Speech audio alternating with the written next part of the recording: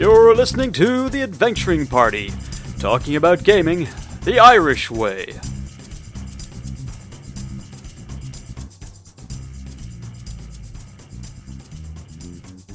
Welcome to the party. I'm Shane. I'm Liam. And I'm Owen. And we're here to talk about something that just finished in our timeline. Gaelcon 2020, Gaelcon Online. It's this weird future technology stuff. Yeah, here to save us from our own inability to go outside and thus necessity to go out inside. Well, and being allowed to go outside. I guess for anybody not from our fair shores, Ireland recently went back into a fairly stringent form of lockdown. So I actually hadn't planned on doing that much online Gaelcon because I'd normally be out, playing tennis or going for a hike or doing anything like that. But now we're not really supposed to go 5 kilometres outside of our house, can't see our friends or family. So it was like, okay, may as well fit in a pile of gaming. Yeah. So I guess we could start by describing the setup that they've been working on as established in previous episodes. The Gaelcon process was basically brought online using Discord, that most eternal, the last bastion against the scourge of the Zoom hordes, and it was over the last while, the IGA had been bringing on technical people over and over to code together a series of rooms and various software tools and the like. Yeah, they seemed to be a slick enough operation. Like, they had it that you bought. Now, they were a little bit scuppered because of an update, I think. But they had it that you could buy the ticket on the Gaelcon site.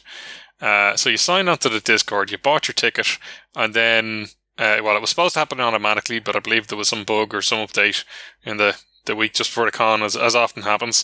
But then they had minions going through and assigning your ticket to your Discord handle. So it worked pretty well. In general, people didn't seem to have too much problem. They had automatic ticket sign-up things as well, where you could just hit plus on the game that was going up for a slot, and you could assign yourself or drop a ticket. Like, a lot of the stuff that they'd done, they'd obviously done their homework on, and it was pretty slick.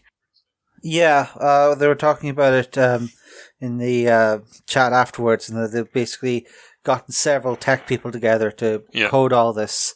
And they're talking about shopping it around to other cons who want to try a similar setup. Cool. So potentially, now that Gaelcon has created technology, it can go open source now, and that proper. That'd be good. In general, people in the gaming community like to help each other out. Yeah. Now, one thing that did catch me on Friday, I was desperately trying to finish up work because somebody had scheduled the Friday afternoon session of Pathfinder at 5:00. So I desperately was trying to finish up, and I missed. Went on, I had my ticket sorted from the previous day, signed up, all that kind of stuff. Got assigned my room for running Pathfinder and all this stuff. I didn't realise that you had to assign yourself a gender tag on the system, and if you didn't see most of the con. So it wasn't until like halfway through Sunday that I figured out, there's all this other stuff missing. I assigned the tag, and then boom, suddenly the whole con opened before me. There was a little bit of confusion about the badges system. I understand, like, the whole sign-up process needs to be, make sure you're legitimized and stuff. Yeah, I feel like it might have been better if they'd had all of those in one room. Like, you just go terms and conditions, gender, your country you're from, for our records. Oh, the gender thing was mandatory. The country thing wasn't. Like, the country thing was then just wanting to know, just for... Yeah. Sometimes if you're applying for funding and stuff like that from Fáilte Ireland and stuff like that, if you can say, look, we've all these people coming in from abroad. Now, obviously, that probably wouldn't apply for an online convention, but certainly for an in-person convention, a lot of them is, if you're getting X amount of people in from abroad, you can apply for funding.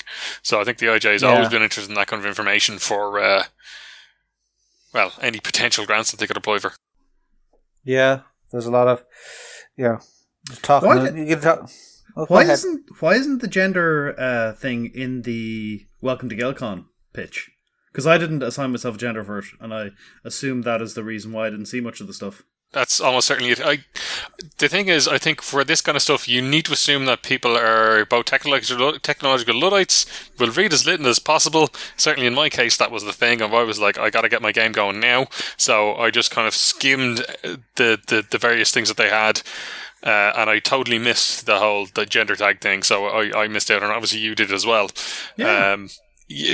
Lesson learned. I think they probably just want to have a bullet point list of this is what you do: sign on to Discord, buy your ticket, go. Once your thing's assigned, go here, set this, set that, boom, done. So I think, but to be fair to them, there was a thread as well that was like feedback. What can we do better next time? And they seem to take some of that kind of stuff on board. So, they had a full. Hopefully, we'll be in person for Gaelcon 2021. But if it's online again, maybe we'll have ironed a lot of this stuff out. Yeah, but one of the things I was impressed by was the fact that they had a proper help channel for people to, which of course inevitably was like 57 people asking the same questions over and over again, unable to scroll up or anything like that. But they had a proper automated ticketing system for support. I used to work support desk, and the amount of time somebody's ringing you in about an issue, and it's like, have you checked your email? We've been sending emails about that for the last 6 hours. Oh, that's what that is. Yep, that's what that is. So just because there's a thread with people asking the same question for the entire weekend doesn't mean that somebody's going to read it. Mm-hmm. Yeah, we're all Luddites in our own way. But yeah, they had you need to put that info up. That is not a Luddite problem. You have to assume people are idiots, and it wasn't great, but they seem to have learned the lesson, so they'll do better next time. Yeah. But yes, they had a full set of things. They had basically a virtual reception with front desk and a whole bunch of extra desks. PayPal sorted out to steal your money from you for this weird charity thing that people keep talking about. Proper dice bot with like so many options. Even the Discord dice bots I'm usually using pale in comparison to the just laundry list of options they had in this one. A whole different bar area. Like there was 4 different bars, virtual bars you could go in and just talk crap to people. Loads of different vendors had stands there, so you go or channels there. You could go up and just talk with them, or they might run a games demo. Pathfinder Society was there. BattleTech had a big gathering there as well. A bunch of free-to-play rooms for just random gaming. It was good. And Dublin Gamers are active running a whole pile of stuff too. It was pretty busy. I didn't check the total member count or anything like that, but I might do that now since I'm online and looking at Discord. It seems that they had about 208 people got through the sign-up process. Nice. It's good for online, and it certainly was able to keep the various the RPG schedule busy. They seem to be doing well in terms of the games themselves. Like the fact that you can announcing your game starting was always a tricky thing at a con, but I guess with an online con it's a lot easier because you can literally send an announcement to everybody on the Discord. Yeah, and also the schedule bot would automatically send an to people who are signed up for the Scarr, game. Your RPG starting. Yeah, exactly. Although there was this weird, people keep getting confused because the schedule said that the game started a quarter of an hour ahead than the official start to get people to get into the rooms, but also kept saying that it was running to the start of the next slot as opposed to, so it looked like there were 4-hour games when they were 3-hour games. These are all minor things, but they kept seeing people getting thrown by them, but that's a con experience. If there wasn't like massive confusion about the timetable, it wouldn't be a real con, now would it? That's true. And, well, there's also some other confusion as well, in that I was looking for the pub quiz on Saturday night, and the website lists it at 9 o'clock, but elsewhere in the website it lists it at 8 o'clock, and it started at 8. The same with I played Woofrup this afternoon. Cubicle 7 had demos running all weekend on the new Roll20 thing, and I was curious how Roll20 works for Woofrup, because I'm currently not using it for my game, but I was considering, is it an option?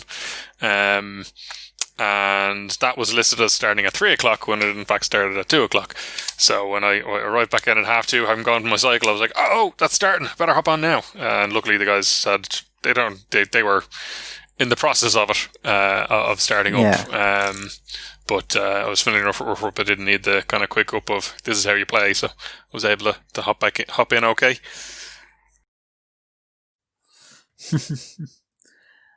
Well, yeah.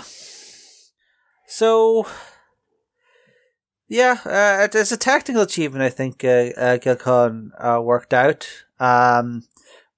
You can say that what they did was they ran over all the landmines, but that's very useful in and of itself. But yeah, the other things, like there was a whole bunch of community things. There was, like, for example, a channel specifically to show pictures of your pets. I didn't go into that one, but that's because I'm one of these horrible, ruthless people that have no real particular animal empathy. There was a channel to give the quotes that you heard during your games and bounce some humour off each other. Contactless quotes are the height of humour, of course. Well, that's what the quote of the episode's for, you know. They're just stealing their bit. Which I'm sure we stole from somebody else. There's also radio. Starting with Thunderstruck at 5 o'clock on the Friday. Was it the Friday? Yeah, Friday's when things started out in Gaelcon. Radio Gaelcon did seem to go on at the time, but obviously I was rushing to get onto my game. Yeah, so. I understand. I didn't catch as much of it as I want to itself, but it was a mix of probably licensed music and a bunch of interviews with a variety of gaming personalities. I believe Steve Jackson was interviewed. Yeah. I believe some Chris Pramas is the name I haven't heard in a while. Also managed to show up at some point. Unfortunately, they didn't make recordings of these interviews, which is a real shame. But I was just going to ask as well. I know that there was a bunch of panels running as well. I don't know if anybody recorded them. I believe the panels should be recorded. They were done using. They hated Zoom. Because there was two panels in particular that I was interested in. One of them, they were talking about the future of the IGA, because I know they were talking about changing that from the current thing where it's an unlimited company, and they were talking about changing it to a club format. And there was another one there where they were talking about fantasy maps. Yeah, that apparently went like double length because it was so super popular. Well, see, I'm really interested in that because, like, I guess it's probably a whole separate talk, a whole separate episode in it, really. But when you look at old maps, they're crap. But it's because the whole concept of having defined distances on maps itself is a relatively new concept. Like, when you look at an old map and you just see all these different coves, it's because when you're in a ship on the sea, that's how you track it. You go, well, where is this place? Well, it's 6 inlets past this other place. You don't measure it in terms of distance because you've no way of knowing really what distance you're going the whole time, you know? But that's not something that carries over into fantasy maps. So actually, I'd be very interested to listen to that. And if it is there, I guess we'll maybe throw some links in the show notes or something. But I didn't get to it. Yeah, we'll keep a look out to see if those go up in anywhere in the IGA Discord. I might actually, type in and ask because they after the Gaelcon Discord is shuttered, I believe they're planning to apply the similar changes to the IGA Discord and upgrade it to have similar usefulness throughout the year. Yeah. But yes, I did see one of those panel shows. It was the panel on the Irish gaming industry.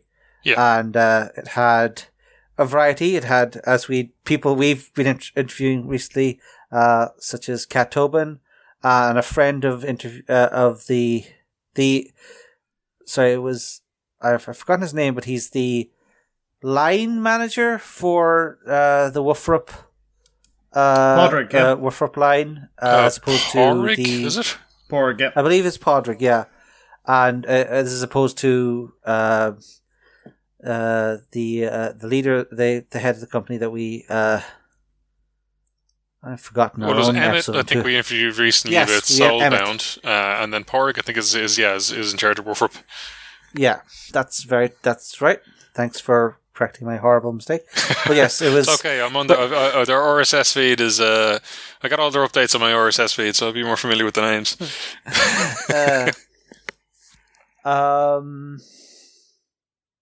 But yes, there was also it went from people like that. To the to more independent operators like Orla Nidul, who has released several products on the DMs Guild, the new D&D 5th Ed content platform. Yeah, and so they were getting a whole bunch of different perspectives of the industry and what it means to be, an RPG writer, and how different it is being a self-starting freelancer with a podcast and some PDFs on a site to being, a middling sized RPG company of 5 people. Well, and like there's the big boys, and then there's there's everybody else, and then there's the kind of solo producers. So like there's a big drop between those big boys and then the middle guys, but. I think it's best described as 2-3 big companies and a pile of scraps. Yeah, pile of scraps. I guess it's probably is not what. It's probably looking down. It's probably talking down a bit, but it's by no means. That's how Gar described it in the meeting. So I am quoting Gar Hanrahan here. Well, yeah. I mean, it's tough. It is. People, I think, in general, have the idea that people at gaming are rolling around on sacks of money, but it's a tough business to make a living in. I do not get where that perception comes from. I Yeah. What's the old saying? To make $1 million in the games industry, you start with 10 million. Yeah. It's probably not a bad one, all right. So I think, the panel sounded like they went well anyway. Did anybody actually, other than myself, actually get any gaming in over the weekend? I got quite a few games. I believe 5 in total, including 2 I GM'd. On Friday night I did a game from long-time scenario writer Gray, James Lloyd Jones. I believe he is. He runs a lot of the Crucible games, is it? Yes. It was one of the Crucible games. That book series we famously mixed up with another one for years. Yeah. But yes, one of his long-running Crucible games where we were playing a bunch of weird... The kind of weird bio-augmented horror protagonists that you would imagine from an 80s anime, where we're all extra eyes and plates of bio armor. Yeah. And we were just taking on some medieval peasants and telling them about, how, it's your fault for not following our lovely god. Yeah, well, and, they probably should arm themselves with some armor. I mean, that pitchfork and that torch is only going to get them so far. Oh, which is why at the climax, when they pulled out black powder weapons and started shooting us, we were a little bit concerned. Try to give the spoiler away, but yeah. Look, Shane, you were a stooge for the wealth owners of the world. It's good that the proletariat rose up and seized the means of production. Yeah. On Saturday, Oh God, I finally closed the blurbs and doing myself to. Well, while you figure out what you're doing on Saturday, I guess I ran on Friday. I ran one of the Pathfinder games. It's Absalom Initiation 101, which is like the intro to Pathfinder 2e society play, and it ran pretty well. I got 4 players, mixture of new player. Well, they were new to me. They weren't new to Pathfinder, but there was a couple of guys. There was one guy at least on from the UK anyway, and we had a few guys from up north as well, down playing with us. And ran well. Went on time. Made a really good time. And Roll20 runs reasonably well for Pathfinder, so it was good. Saturday I got a chance to play again. Played a Pathfinder game, and what was that one? I can't remember. Anyway, it's not important. Then today I took up the Cubicle 7 guys on the demo for Warfrop, which was actually one of the adventures that they have made available for free on their webpage, which is If Looks Could Kill. So, it was good crack. I played a halfling, and I managed not to get hit, which is good, because if halflings get hit by big things, they die. They die pretty horrifically. Well, you'll certainly go to 0 wounds, and you'll take a crit. Yeah. Well, the CX3 damage is it's gonna do you, you know. Okay, it sucks. Stuff was enormous. Stuff was very large and point blank, so that sling does a lot of damage. It is true. Yeah, I meant to get into one of those demos at some point, but it fortunately got away from me. I think I missed most of. No, wait, I remember. Saturday afternoon I did one of the 2 semi-LARPs. Like, they were. I feel like there was one that they were originally pitched in a more LARPy format, but they sort of had to rearrange them to be 6 people, which was 600 Seconds for Saul, which was, I like to call it a sci-fi procedural, where we're going through a set of technical challenges with real life future speculation science, as opposed to your warp drive fixes it. So we were going through an elaborate scenario of how could this have happened? Where does all these things come out of? Is this aliens? And unraveling the mystery as we went, which is interesting. But it helped that there was a whole bunch of proper science nerds there to talk about the science between ourselves out of character, so that or in character we could figure it out, and also that we were able to make jokes about being sponsored by Instagram and Tesco. And it was the future we serve. Well, the supermarkets are making all the money these days. Yeah. Everywhere else is closed. Yeah. Then on I had 2 run-ins with a game called Airborne Express, which the aforementioned Orderly Duel has put on the Dungeon Masters Guild. So I both played in and ran this over the course of the weekend. Because I guess when you say Airborne Express, it makes me think of Murder on the Orient Express. Is that the premise here, or is it? Yes, that's pretty much the premise. It's a bunch of rich people who happen to be 7th level adventurers, and they're all locked in a train car, and there's a dead person. Figure it out. It also has mechanics for randomizing the outcome, so you never know exactly who could be the murderer. Yeah, there was an old Pathfinder Society scenario that did that, but it was a little naff, because if you didn't figure it out by the end, they go, "You're getting too close," and attacked you. Okay. Yeah. Really? So I hope we're on a bit better than that. Yeah. It was a fun scenario, and certainly got some good games out of it. It was the dinosaur, wasn't it?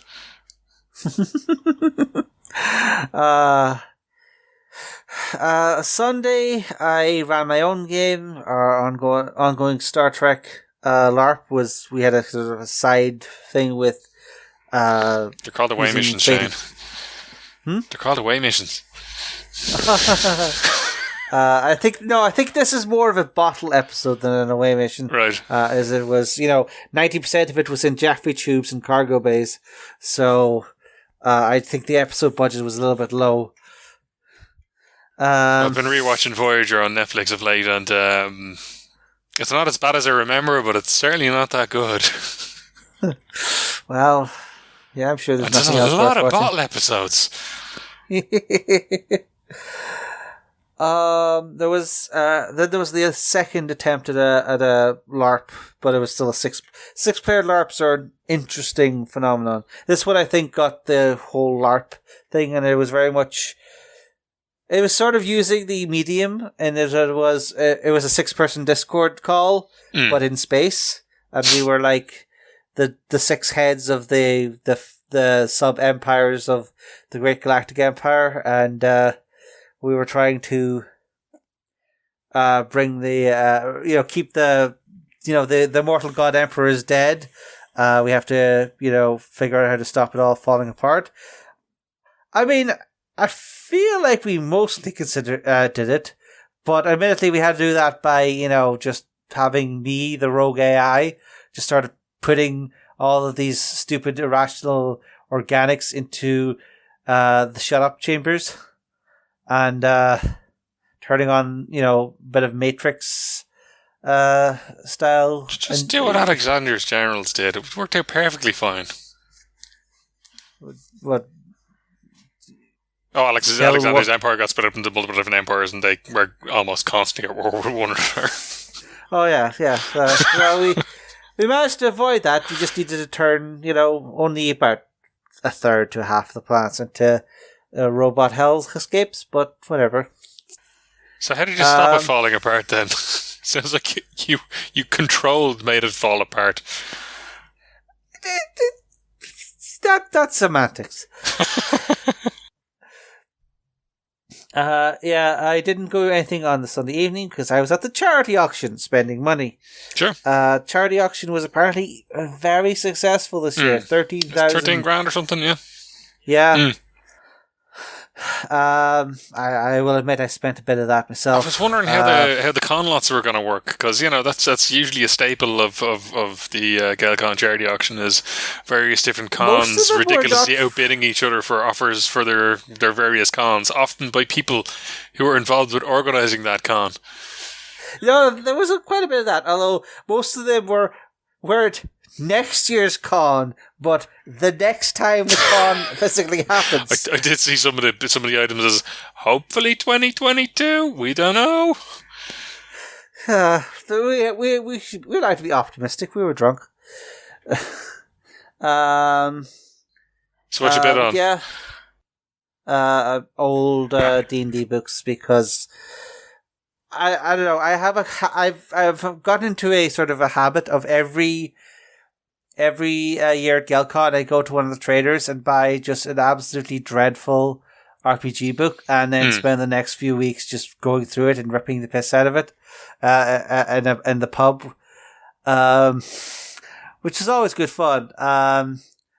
This year I decided to double down on this by spending more than €200 on the original first edition Dungeon Master's Guide by Gary Gygax, so I could find the original crackpot madman games writer and see what nonsense he came up with. So go back to the original source. Next time somebody tries to be authoritative about GMing at you, you go, well, I have this at home. Yeah, so what do you think about that? Yeah. Well, but yeah, then again, that's pretty much most of the stuff I got up to. I remembered to take breaks. I took slots off to get away from my computer, walk outside, remember the rest of the universe exists. Were they bots or staffers that were randomly popping into channels reminding people to take a glass of water and have a stretch? Yeah, I mean, that's good, because this is exactly the kind of thing you forget. And when I was running and I found any of the GMs were doing the same thing as well. Is that like, when I was setting up the next scene on Roll20 or whatever tool somebody was using, then I'd be like, all right, well, everybody take 5, come back at whatever. It's 10 to the hour now, come back on the hour, and I'll be set up and ready to go, and I'll have gone to the bathroom and got a glass of water and done whatever else. Hmm. And most GMs seem to be doing that as well. Yeah. I guess it's a sort of a good habits thing. Yeah. Yeah, but I think it's just doubly important here because, like, you're not physically going to rooms searching. You're not getting lost somewhere in the back of the hotel looking for the third RPG room 3.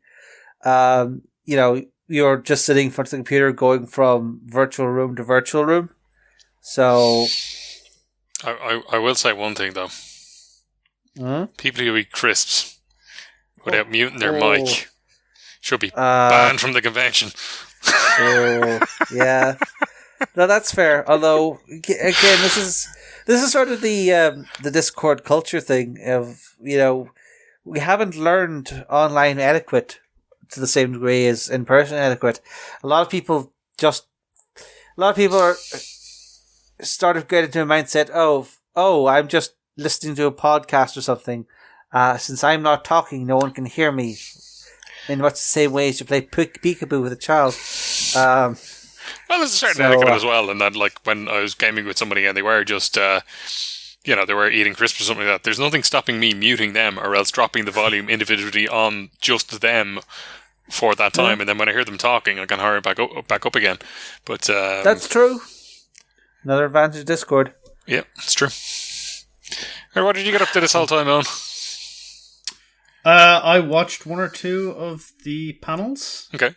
And that's about it. Sure. Any big takeaways? I was at the Future of Irish Gaming and working in the Irish gaming industry sort of the one. I was just interested in what was being said, and kind of some interesting ideas tossed around about, like, what does 5th Ed mean? Does everything need to be 5th Ed? Or Parasite off 5th Ed? And it was interesting from that point of view, and a little bit about, like, making stuff. I take it people were making fun of the suggestion of G.I. Joe and whatever else was announced as being an OSR. It was mostly like kind of realities of the industry that, you need to be, do you need to sell your game as it's like 5th Ed, or do you need to, can you stand apart from it, and basically they weren't sure. I was bringing up I just tossed in 1 or 2 points about, like, the scary numbers, like on Twitter, 70% of RPG players are 24 or younger. Wow. And if that's the case... Well, but that's on Twitter, though. I mean, what's the percentage of users on Twitter that are in that demographic as well? We've just got a broader age range than that, but if that's kind of even pseudo-accurate to a percentage of the hobby, almost all those people have just come up in D&D and they've never played anything else, and from the history of D&D that means they will never play anything else. Yeah. They will just play D&D.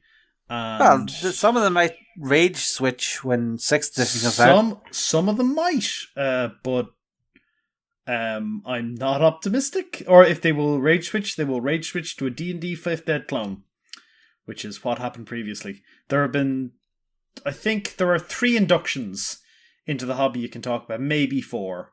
And the first one is, because Gar brought this up at the beginning, the first one was in the 1970s, the second one was in the 1990s with Vampire, and the third one is arguably the 2020 D20 glut, sort of. I'm not sure how many people that really brought in. Well, what's different then? Because, I mean, like, I started it with 3.5, and most of the people in the college society I was in started it with 3.5.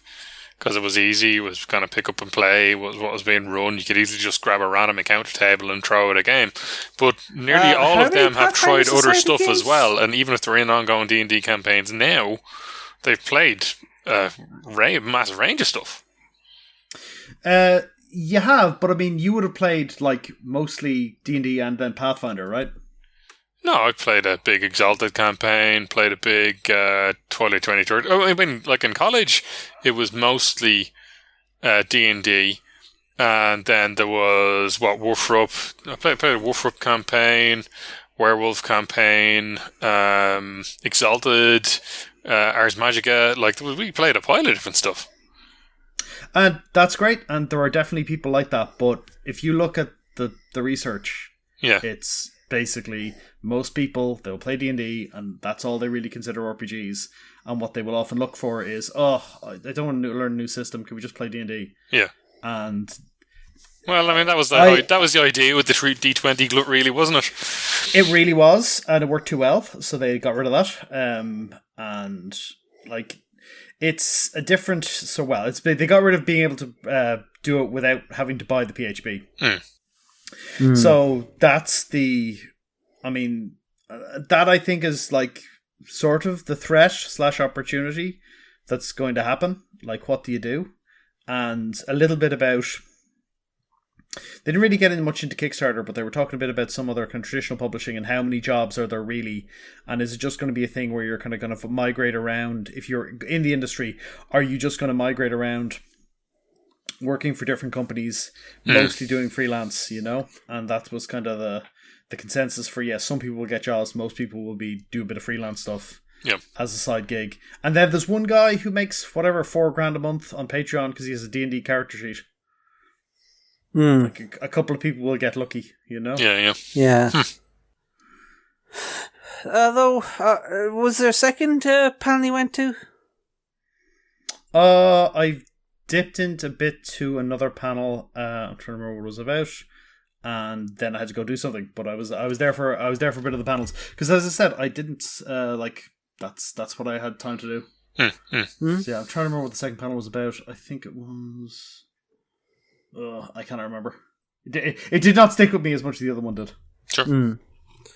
That's one of the advantages of the online thing is that with a smaller ticket price and it was only a $5, it was a lot easier to justify taking slots off to say I don't want to run anything I want to play anything in the morning, so I'm just going to sleep in. No, I'm going to sleep in this morning, sleep in that morning, get in whenever, and just see what's happening. There were people playing Among Us for most of Saturday. Let's say Among Us, the new werewolf. Yeah. I know, but everybody it's describing everybody else's acting sus. But yeah, if I had one thing, there's one little contradictory thing I found in that there wasn't I didn't notice a huge amount of new faces, new attendees over what I would normally expect. A lot of what I saw was mostly the regulars, with a few people who would only come to Gaelcon occasionally, but are usually too far afield. Well, I guess for me, the most of the gaming. So aside from the Warfare game I played today, I played ran on Friday and then played on Saturday a game, and there was definitely names I didn't know. Some from, I think there was a couple of guys from the UK, sounded like England. Now, of course, they could be living in Ireland, but they had English accents anyway. I think that certainly was easier for them to turn up than because particularly Dublin, certainly during the marathon, during the October Bank Holiday weekend, it can be an expensive time to come over and can be an expensive time trying to get accommodation. But they were there, and then there was just a couple of new names that I didn't know at all. So that could be that I just didn't link the handle to the name. But that seemed to be new enough. But do you think in general it was people who probably would have been at Gaelcon before, but maybe might be geographically challenged? That's in terms of the attendee base. Yeah. But I did see some person noting that there was an interesting mix of new and old names. Sure. In the writers, in that they would get the regular guys, but also guys and girls, but also they would get. There was a set of fresher names, and also older names that hadn't been seen in a while. People who hadn't been around for a while. So, in terms of support for the con, I think definitely there was a pretty wide set of support for the con, but you would hope that maybe next year, if we're forced to run digitally again, that perhaps there'll be more of a network effect, I guess, because you want to get the numbers up. There was also, I don't know that it would necessarily draw the numbers away from Gaelcon itself, but this weekend was Roll20Con. That could have pulled a good chunk of people away. Yeah, particularly the newer crowd. And I know the Adventures League, which is the D&D organised play thing, they had something going on as well. Because they were talking about being at Gaelcon, but then I think the discussions fell through and some other event was being run. I didn't hear the details, and this is just, he said, she said stuff. But I know that they weren't there when I think it was initially talks of them being there. And that maybe that event was Roll20Con, I don't know. But It was noticeable that the Pathfinder Society was at Gaelcon, but Adventures League didn't. But I think overall a well-constructed convention and quite a wide variety of stuff there. And I think overall we can call it a success, particularly in these trying times. Yeah, particularly, I wasn't I'm not a big fan. I haven't done online Gen Con. The only other kind of online event I've done was a Pathfinder thing called Rolling in the Isles, where they did a big multi-table special. I was a little wary about doing an online con, because part of the whole thing with going to cons is, seeing people and a bit of the atmosphere and wandering in the trade hall and, maybe I'll do this, maybe I'll do that, and having that variety. But it did seem to work quite well. I did enjoy it. I would be less worried about doing another con in future. So if there's an online WarpCon in January, then I think I'd certainly check it out. I believe a lot of people said at the closing ceremony that they were considering an online con and other online games. Yeah. That they, maybe at the start of the weekend, they hadn't really considered possible. But all of a sudden, having blazed the trail and, studing those landmines, that Gaelcon may have gotten them thinking. Yeah. And the general vibe from all of the attendees I talked to was that it was a success. So. Cool. Yeah. I think that's about all I've had to say about that kind of thing. Yes, well, if you'd like to talk about Gaelcon 2020, Gaelcon 2021, or any other online conventions and what you think they should go into them, hit us up on our social media. But for now, this party's over.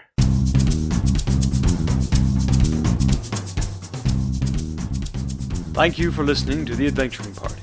If you'd like to leave us a voicemail, you can head on over to SpeakPipe and drop us a line. Or you can join us on our Discord server, where we keep the party going after hours. Otherwise, you can find us on Facebook, YouTube, Spotify, or Twitter. Or you can email the hosts at party@theadventuringparty.net. The Adventuring Party is released under a Creative Commons Attribution Non-Commercial Share-alike version 3 license. But you probably knew that already. We hope you enjoyed the episode and look forward to seeing you back here next week. Goodbye.